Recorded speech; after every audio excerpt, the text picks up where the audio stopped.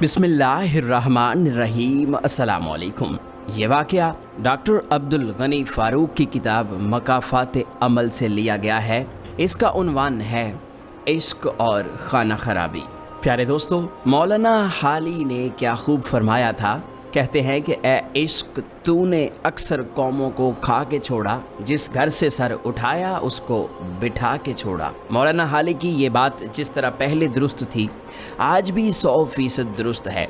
चुनाचे देखने में आया है कि जो लोग शादी से पहले या बाद में गैर औरतों से ताल्लुकात उस्तवार करते हैं और इश्को आशिकी के चक्कर में मुब्तला होते हैं, उनकी आइली ज़िंदगी कभी पुरसुकून नहीं गुजरती। वो उम्र भर तरह तरह के मसाइल व मसाइब से दो चार रहते हैं। इसी सिलसिले में पेश खिदमत है ये वाक़या।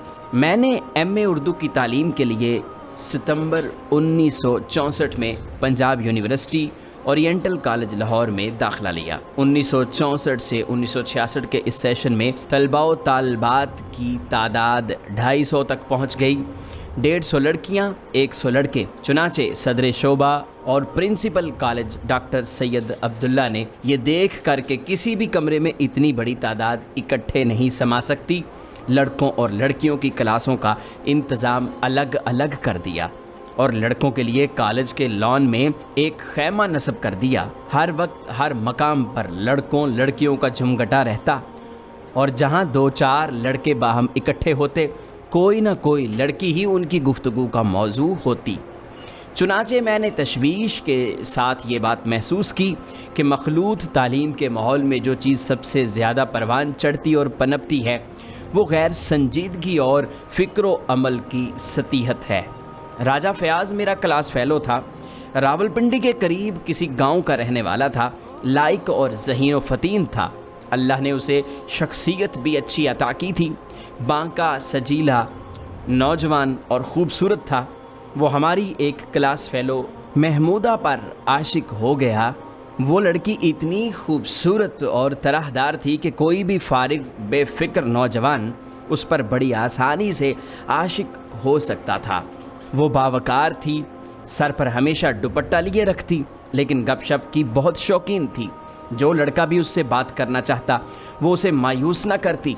उसकी इस आदत की वजह से बड़े ही लड़के इस खुशफहमी में मुब्तला हो गए कि वो उनसे मोहब्बत करती है।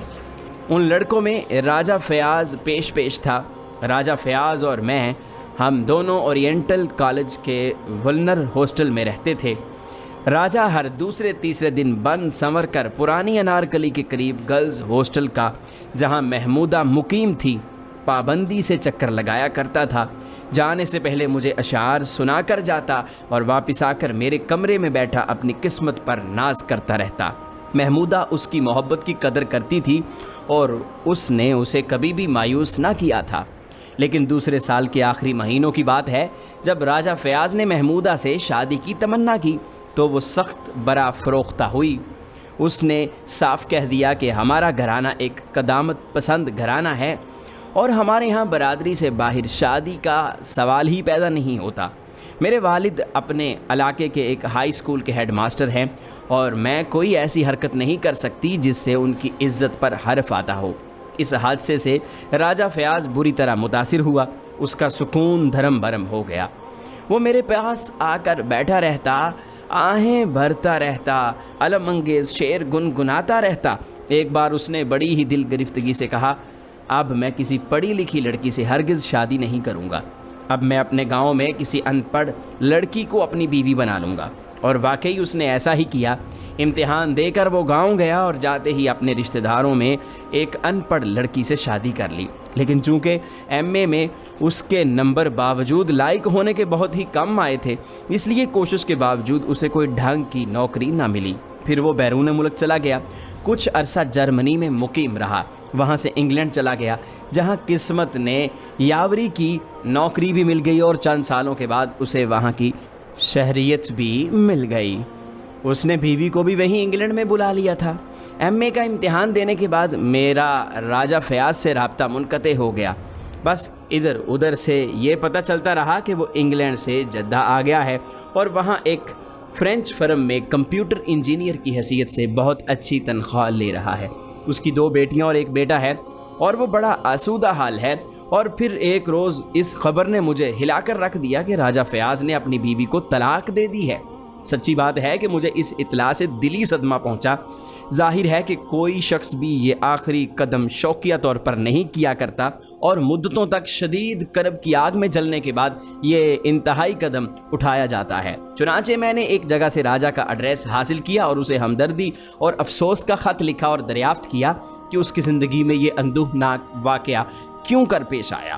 اس کا جواب آیا کہ میں نے اپنی بیوی کے ساتھ 14 سال کا عرصہ گزارا ہے، اور یہ عرصہ میں نے حالت عذاب میں بسر کیا ہے۔ اس عورت نے گویا قسم کھا رکھی تھی کہ وہ ہر بات میں میری مخالفت کرے گی۔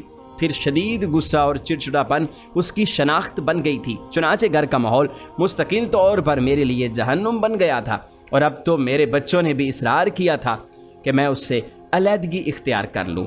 اس مراسلت سے راجہ فیاض کے ساتھ میرے رابطے کی ایک صورت پیدا ہو گئی۔ اس نے اس خواہش کا اظہار کیا کہ میں کسی اچھی عورت کا انتخاب کروں اور اس کی شادی کرا دوں۔ میں نے اس سلسلے میں کوشش کا آغاز بھی کر دیا، مگر اسی اثنا میں پتہ چلا کہ 2 دوستوں نے اس کے لیے بیوی تلاش کر لی ہے اور اس کی شادی بھی ہو گئی ہے۔ اللہ نے 1990 میں مجھے اپنے خاص فضل سے پہلی بار حج کی سعادت عطا فرمائی۔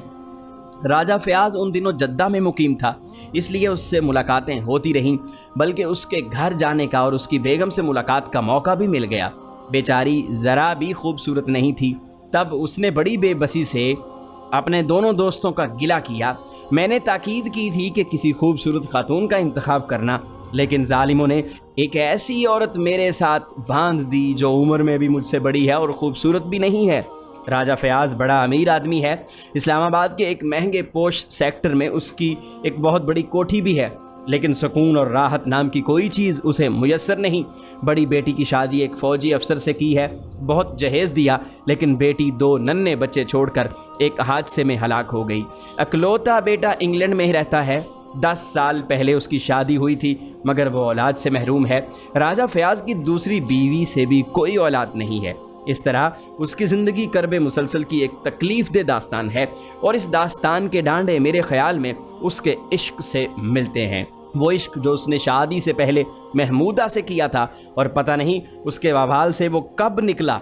کاش اللہ اسے معاف کر دے، کاش اس کی یہ طویل آزمائش اس کی غلطیوں کا کفارہ بن جائے، اور اب اس نے اپنے حالات سے خاصی عبرت حاصل کر لی ہے، اور اب وہ ایک باعمل مسلمان کی زندگی گزار رہا ہے۔ پیارے دوستو، ہمیں امید ہے کہ اس سبق آموز واقعے سے آپ کو کچھ سیکھنے کو ملا ہوگا، لہٰذا اس ویڈیو کو لائک کیجئے گا، شیئر کیجئے گا، اور مزید ایسی ہی ویڈیوز کے لیے آپ ہمارا چینل یونیورسل انفو سبسکرائب ضرور کر لیجئے گا۔